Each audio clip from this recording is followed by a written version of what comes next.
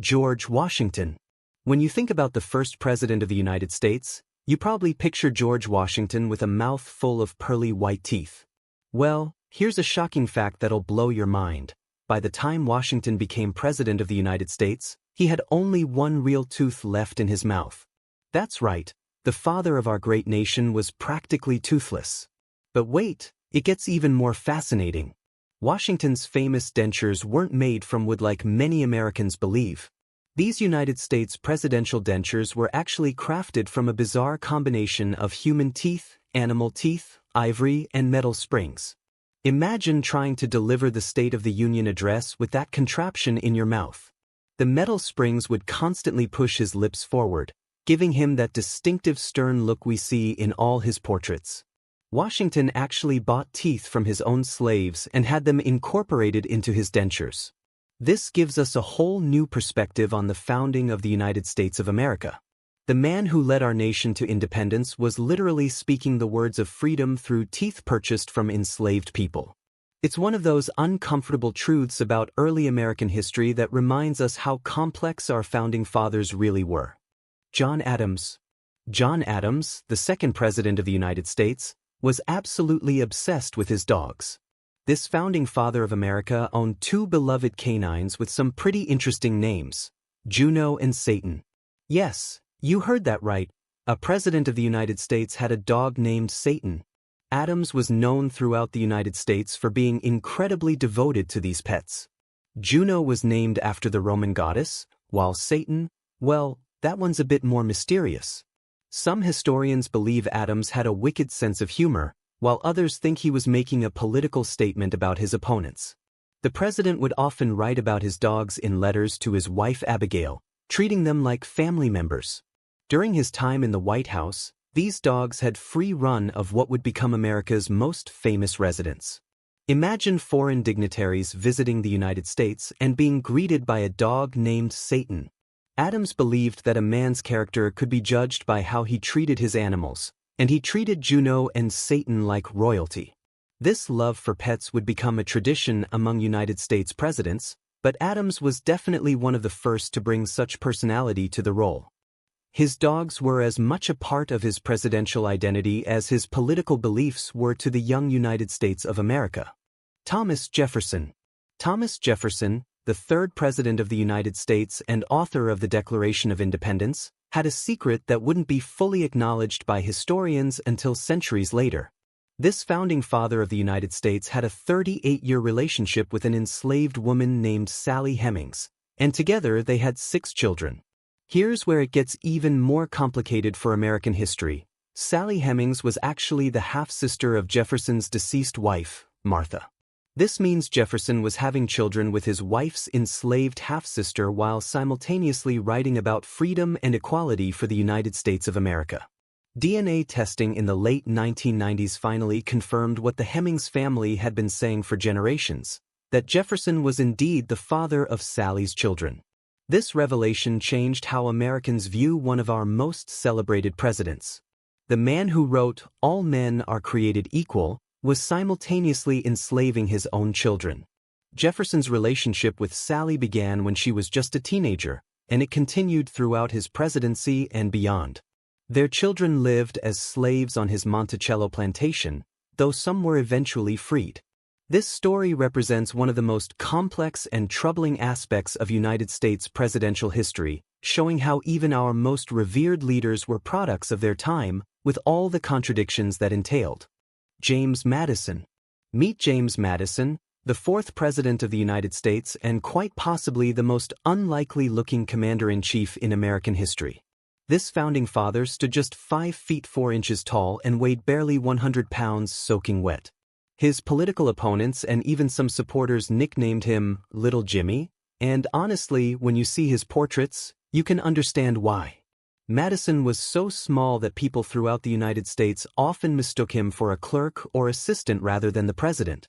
He had to have all his clothes specially tailored because nothing off the rack would fit his tiny frame. Despite his diminutive stature, this little guy had an enormous impact on the United States of America. He's literally known as the father of the Constitution. The contrast was hilarious during state dinners and official United States government functions. Foreign dignitaries would arrive expecting to meet some imposing figure, only to find this tiny man who looked like he might blow away in a strong wind. But don't let his size fool you. Madison had one of the sharpest minds in American political history. His wife Dolly was actually taller than him and became famous for her grand entertaining style at the White House. Together, they made quite the pair, the tiny president and his larger-than-life first lady who helped define what it meant to be America's first family. James Monroe. James Monroe, the fifth president of the United States, has one of the coolest international legacies of any American leader. There's literally a capital city in Africa named after this guy.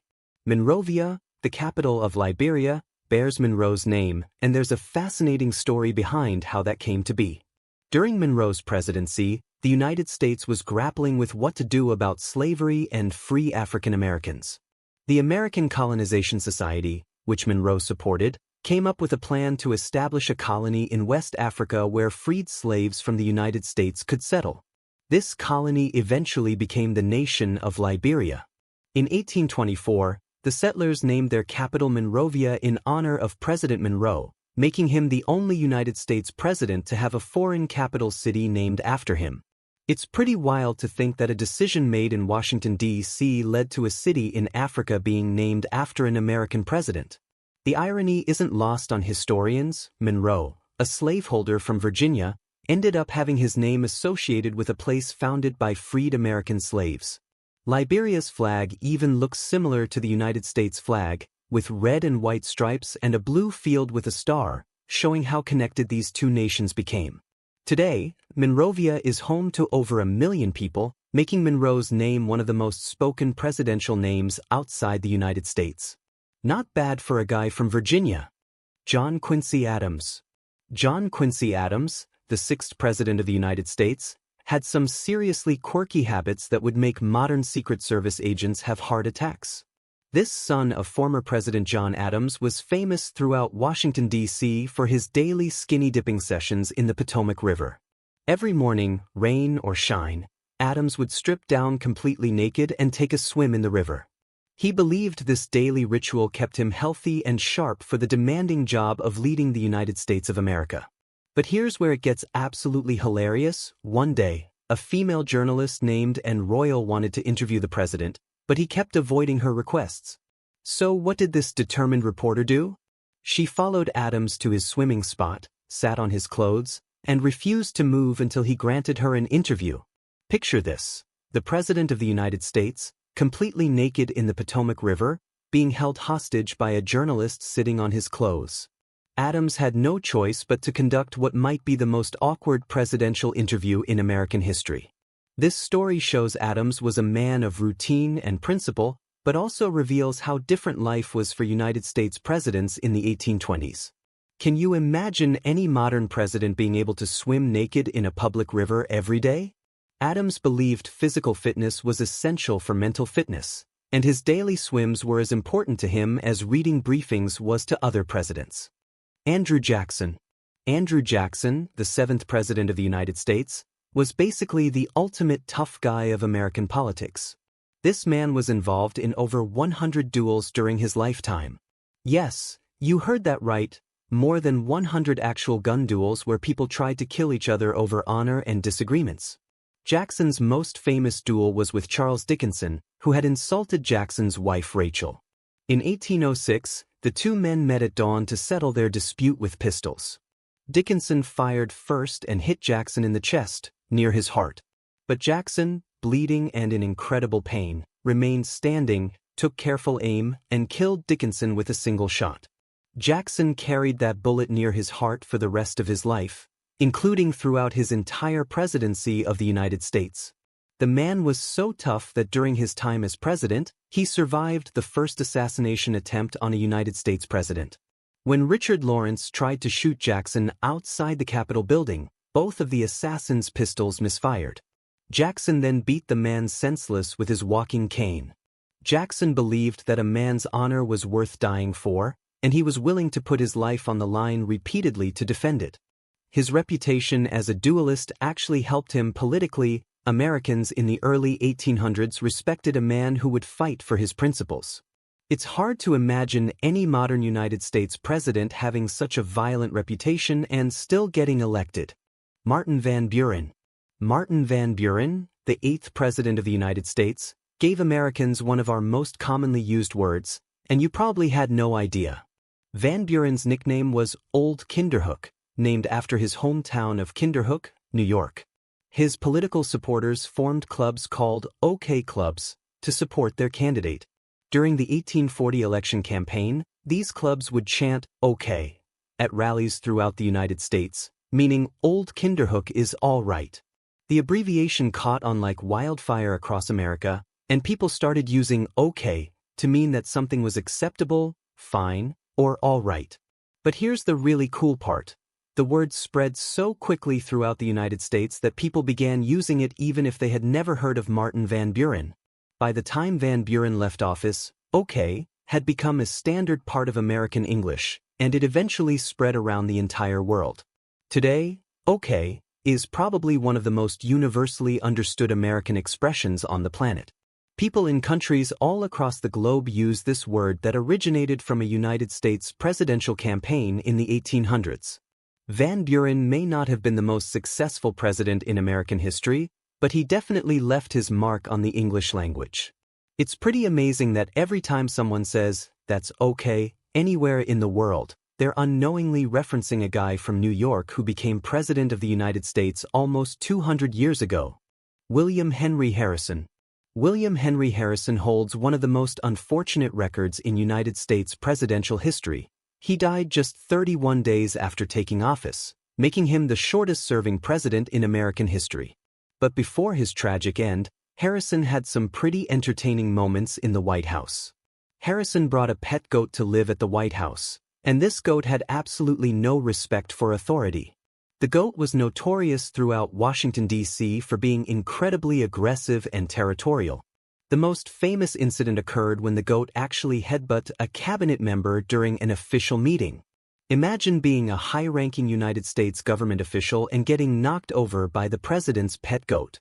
The goat roamed freely around the White House grounds and was known to chase visitors and staff members. Harrison found the whole situation hilarious and refused to get rid of his beloved pet, even when advisors suggested it wasn't very presidential to have a violent goat terrorizing government officials. Harrison's presidency was supposed to usher in a new era for the United States, but instead became a cautionary tale about inaugural day weather.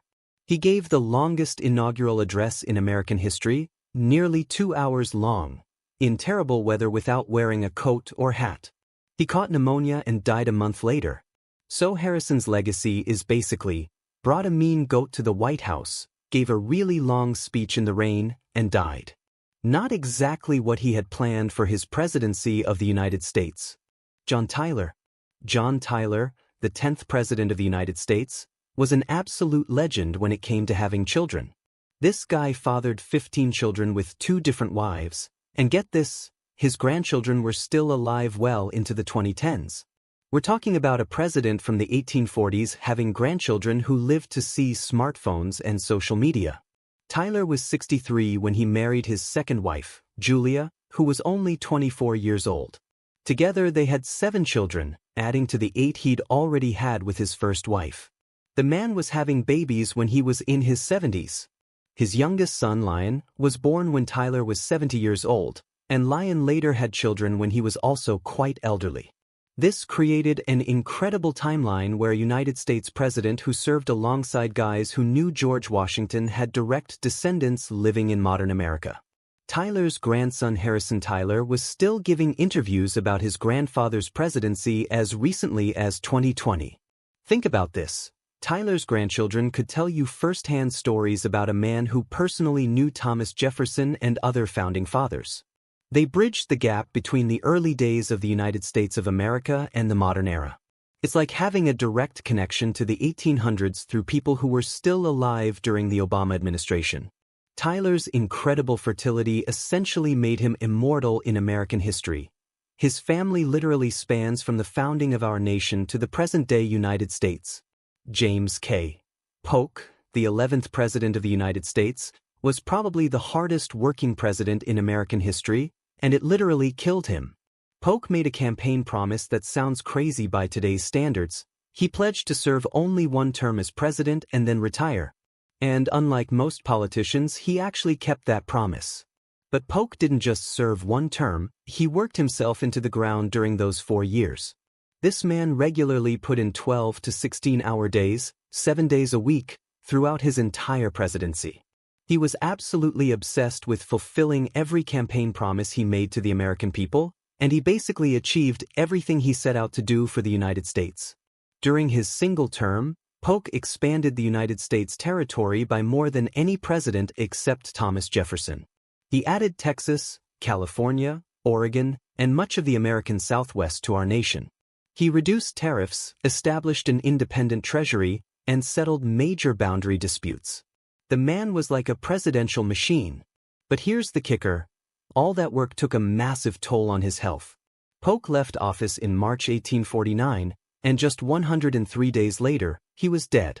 That's the shortest retirement of any United States president in history.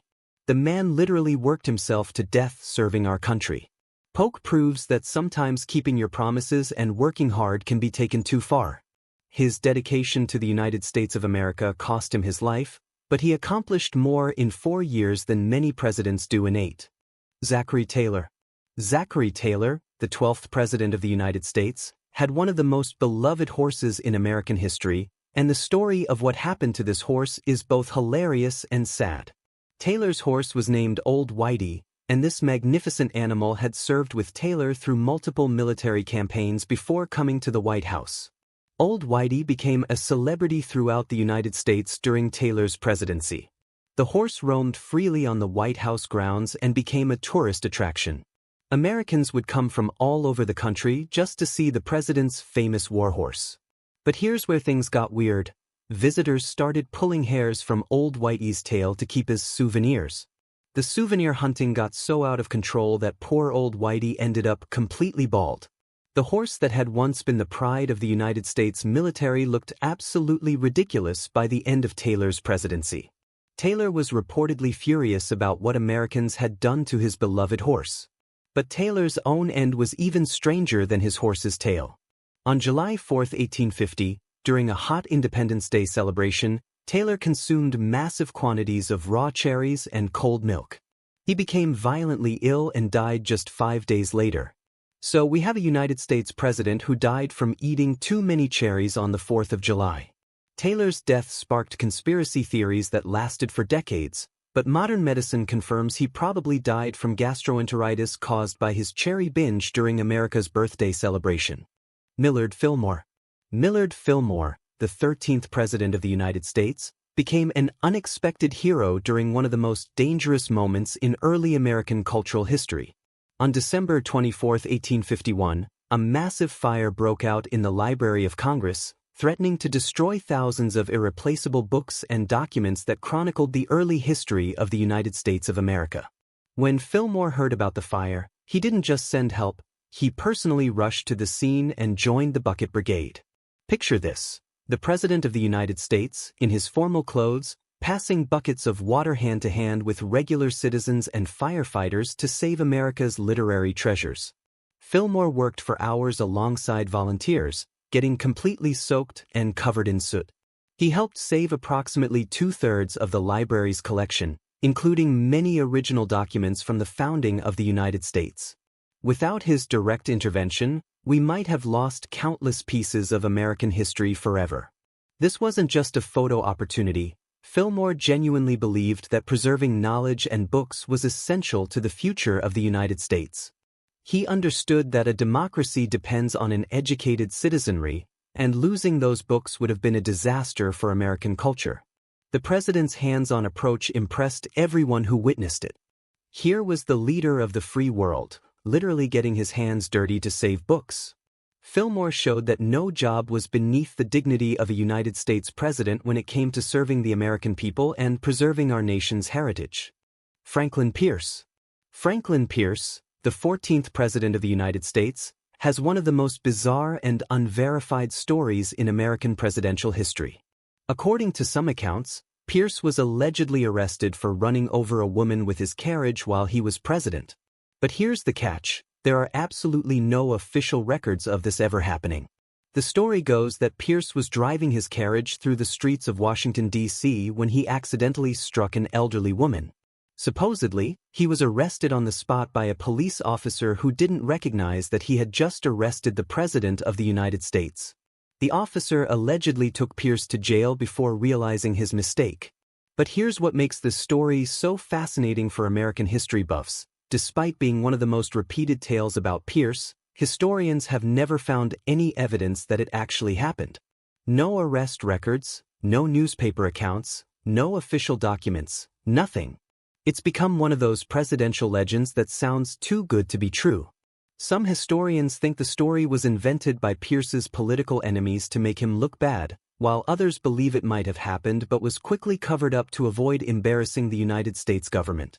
The truth is, we'll probably never know for sure. What we do know is that Pierce was known for being a heavy drinker, and his presidency was generally considered one of the least successful in American history. Maybe the carriage accident story stuck around because it seemed to fit with people's perception of Pierce as an unlucky and accident-prone president. James Buchanan. James Buchanan holds a unique distinction among all United States presidents. He was the only president who never married. But the story behind his bachelor status is way more interesting and complicated than you might think, and it involves one of the most speculated about relationships in American political history. Buchanan had an extremely close relationship with Senator William Rufus King of Alabama. These two men lived together in Washington, D.C. for over 20 years, and their relationship was so close that other politicians and society figures of the time made jokes about it. They were nicknamed the Siamese Twins, and other members of Congress referred to King as Buchanan's wife and Miss Nancy. The two men were practically inseparable during their time in the United States government. They shared a home, traveled together, and King even served as minister to France while Buchanan was president. When King was away on diplomatic missions, Buchanan would write letters expressing how much he missed him, using language that was quite affectionate for the time period. Modern historians debate whether their relationship was romantic or just an extremely close friendship. In the 1800s, it wasn't uncommon for men to have very emotional friendships and even share living spaces, especially unmarried politicians living in Washington, D.C. But the intensity of Buchanan and King's relationship was notable even by the standards of their era. Buchanan's single status made him unique among United States presidents, and his relationship with King remains one of the most intriguing mysteries in American presidential history. Thanks for watching this video to the end. Don't forget to like, share, and subscribe to the channel. We will love to know the country you are watching from in the comments section, and if you have any video ideas that you will love us to work on, don't hesitate to drop it in the comments section. See you soon in our next videos.